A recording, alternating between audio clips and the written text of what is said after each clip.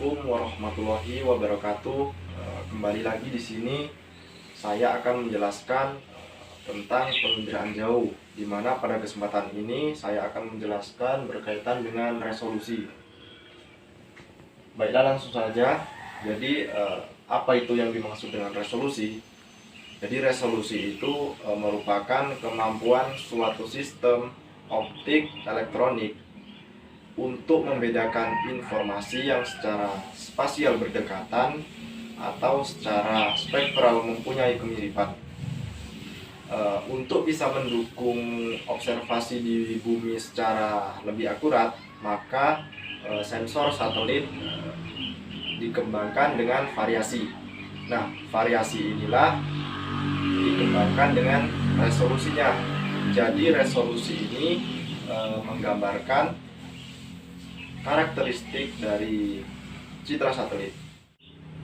Kemudian di sini ada 4 jenis resolusi.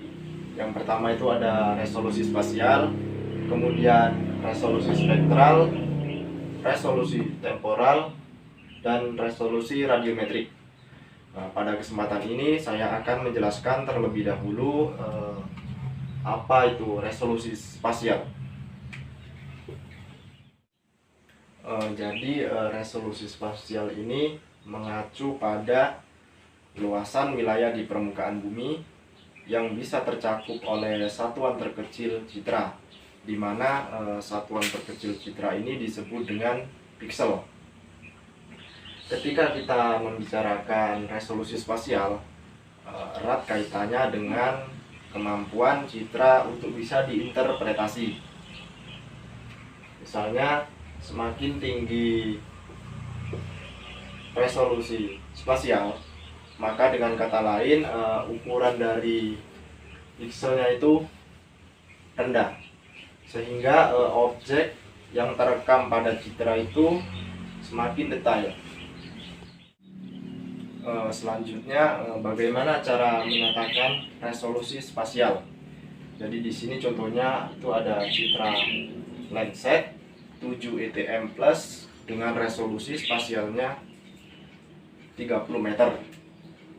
30. Jadi ukuran pikselnya itu 30 kali 30 meter. Kemudian ada Kuiper dengan resolusi spasialnya itu 0,6 meter. Contohnya di sini saya jelaskan citra Landsat. Jadi ini merupakan citra Landsat, misalnya satu pikselnya ini misalnya 30. Jadi di sini 30 meter. Di sini juga 30. Nah, jadi dapat kita ketahui bahwa ukuran terkecil dari citra satelit yaitu piksel, sehingga setiap citra satelit ini terdiri dari banyak piksel, dan setiap piksel ini mewakili area di permukaan bumi. Kemudian yang kedua ada resolusi spektral. Jadi ketika kita membicarakan resolusi spektral, sebenarnya kita sudah membicarakan tentang variasi gelombang yang dimiliki oleh satelit. Nah, mengapa kok resolusi spektral ini bervariasi antara yang satu dengan yang lain? Jadi ini kaitannya dengan respon panjang gelombang yang bisa ditangkap oleh sensor.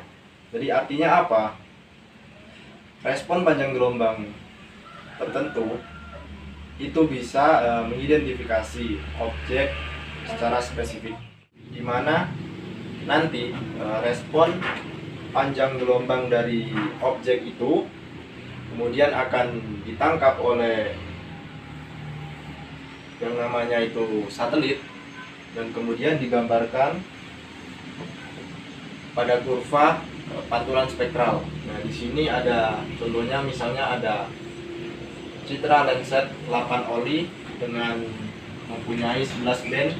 Kemudian yang kedua ada Spot 5 mempunyai 4 band.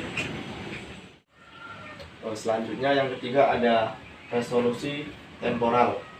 Jadi resolusi temporal ini berkaitan dengan waktu pengulangan yang dibutuhkan satelit untuk merekam objek yang sama.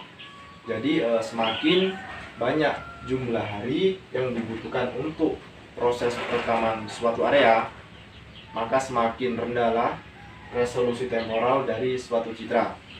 Kemudian apa manfaatnya resolusi temporal ini? Yaitu sebagai pertimbangan monitoring wilayah. Selanjutnya di sini ada contoh. Yang pertama itu ada citra Landsat 7 ITM Plus dengan resolusi temporal 16 hari. Kemudian ada ALOS 46 hari. Jadi ini maksudnya apa? Jadi misalnya ada perekaman di suatu wilayah di Bengkulu ini pada tanggal 1 Maret. Kemudian citra ini akan merekam lagi nanti pada tanggal 17 Maret dan seterusnya selama interval waktu 16 hari. Kemudian yang terakhir ada resolusi radiometrik. Jadi resolusi radiometrik ini mengacu pada sensitivitas sensor dalam menangkap dan membedakan jumlah energi elektromagnetik. Jadi ketika resolusi radiometrik pada suatu cerita itu tinggi, maka akan semakin sensitif juga untuk mendeteksi perubahan energi pantulan objek. Mungkin hanya ini yang bisa saya sampaikan. Apabila ada kesalahan, saya mohon maaf. Wassalamualaikum warahmatullahi wabarakatuh.